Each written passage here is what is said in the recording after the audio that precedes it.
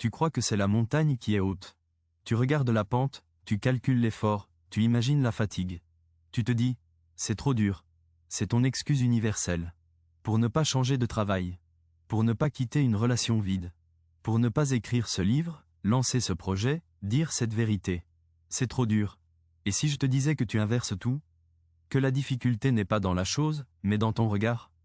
Que la montagne n'est qu'un tas de pierres, et que ce qui la rend infranchissable, c'est la peur que tu projettes sur elle? À la fin de cette histoire, tu ne verras plus un obstacle de la même manière. Tu comprendras le mécanisme invisible qui transforme une démarche en épreuve, une décision en supplice. Et tu auras une clé. Une seule. Pour désamorcer l'illusion. Imagine un homme, dans une villa somptueuse au cœur de Rome. Des marbres, des fontaines, des esclaves. Il a tout. La richesse, le prestige, la faveur de l'empereur. Il est Sénèque, le philosophe le plus riche et le plus influent de son temps. Et pourtant, chaque nuit, il lutte contre une angoisse sourde. Il vit dans l'antichambre du pouvoir absolu. Un pouvoir capricieux, violent, imprévisible. Celui de Néron. Son élève. Le monstre qu'il a aidé à créer. Sa vie est un équilibre constant sur un fil au-dessus d'un précipice. Un mot de travers, un regard mal interprété, et c'est l'exil. Ou pire, la condamnation à mort. Il écrit, la nuit, à la lueur d'une lampe à huile. Il n'écrit pas des théories abstraites. Il écrit pour survivre. Pour se convaincre lui-même de ne pas céder à la panique. Ses lettres à Lucilius, c'est son journal de bord d'un naufragé volontaire qui refuse de couler. Ce n'est pas un professeur dans une tour d'ivoire. C'est un homme qui tremble. Et c'est de ce tremblement que naît la citation. Pas d'une réflexion intellectuelle, mais d'une nécessité vitale. Il se parle à lui-même, arrête. Ce n'est pas la situation qui est insupportable. C'est ton jugement sur elle qui l'est. Ton manque de courage la rend monstrueuse. Décryptons-la. Mot à mot. Ce n'est pas parce que les choses sont difficiles que nous n'osons pas. Regarde la logique commune. La séquence normale. L'obstacle est objectif, donc je recule. Le mur est haut, donc je ne saute pas. Sénèque dit, non. Ce n'est pas la première cause. Tu as mis la charrue avant les bœufs. C'est parce que nous n'osons pas qu'elles sont difficiles. Voilà le renversement. La difficulté est une conséquence, pas une cause. Elle est générée par ton refus d'agir. Ton hésitation, ta procrastination, ton battement de cœur qui s'accélère. Tout cela crée une couche supplémentaire sur la réalité. Une couche de boue mentale qui alourdit chaque pas. La tâche en elle-même a un poids. Ton anxiété lui ajoute un poids 10 fois supérieur. C'est ce poids-là, le poids de ta peur, qui t'écrase. Pas la tâche. Prends un exemple historique. L'armée de Carthage traverse les Alpes avec des éléphants. Pour les généraux romains, c'était une impossibilité géographique. Les Alpes sont infranchissables pour une armée, encore plus avec des bêtes. La difficulté était objective, absolue, dans leur esprit. Hannibal, lui, n'a pas commencé par mesurer la difficulté.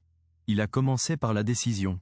Nous traversons. Une fois cette décision prise, inébranlable, la difficulté est devenue une série de problèmes pratiques à résoudre, nourriture, sentier, motivation des hommes. L'obstacle n'a pas changé. Le regard sur l'obstacle, si. Le courage a précédé l'action et a redéfini la nature même de la difficulté. Maintenant, transpose. Aujourd'hui, tu es sur ton canapé. Ton téléphone est une extension de ta main. Tu scrolles. Encore et encore. Une petite voix te dit, tu devrais faire du sport. Lire ce livre. Appeler cet ami. Travailler sur ton projet. Et immédiatement, une vague de résistance se lève. C'est trop dur. Je suis fatigué. Plus tard. Analyse ce qui se passe. La tâche, faire 30 minutes de sport, a un coût énergétique objectif. Disons, 5. Sur une échelle de 1 à 10. Mais avant même que tu ne bouges, ton mental lance le processus. Il imagine l'effort, la sueur, la sensation d'être essoufflé.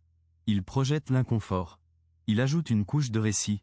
Tu n'y arriveras pas, tu as déjà échoué la dernière fois, à quoi bon? Ce récit, cette anticipation anxieuse, ajoute un coût mental de 8. Le coût total passe de 5 à 13. C'est ce coût de 13, largement fictif, qui te paralyse. La difficulté réelle est à 5. La difficulté perçue, créée par ton manque d'audace, est à 13. C'est la même chose pour parler en public. L'action objective, dire des mots devant des gens. Coût, 3, un peu de stress. La couche mentale? La peur du jugement, la honte potentielle, le souvenir d'un bafouillage passé, la projection d'un échec humiliant.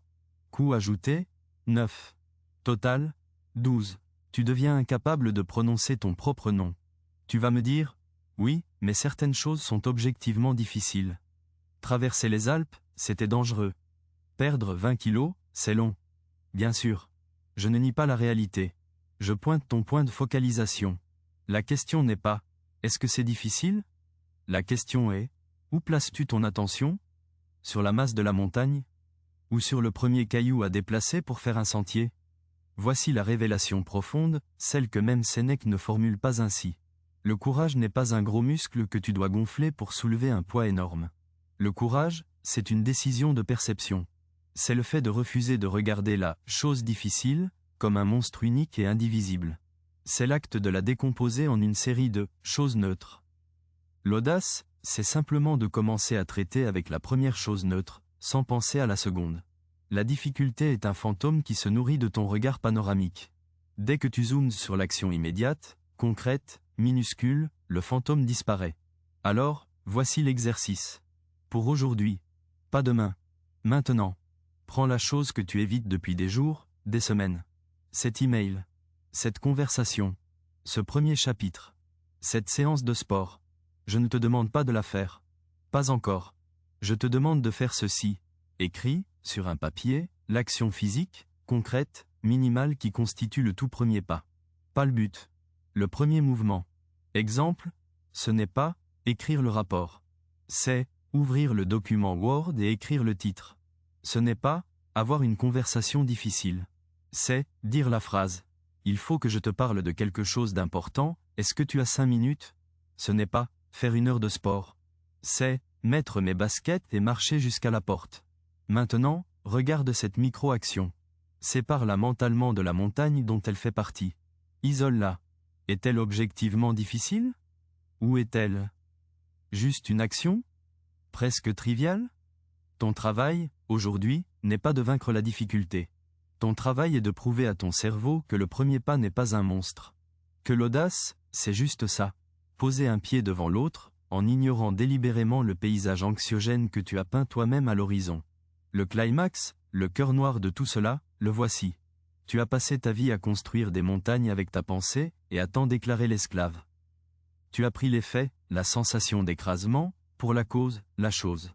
Tu as laissé ton hésitation définir ta réalité. Tu as cru que le monde était dur, alors que c'était ton regard qui était mou. La prochaine fois que tu sentiras cette résistance, cette voix qui dit « c'est trop dur », souviens-toi de l'homme dans sa villa, écrivant pour ne pas sombrer. Souviens-toi qu'il ne parlait pas de conquêtes héroïques.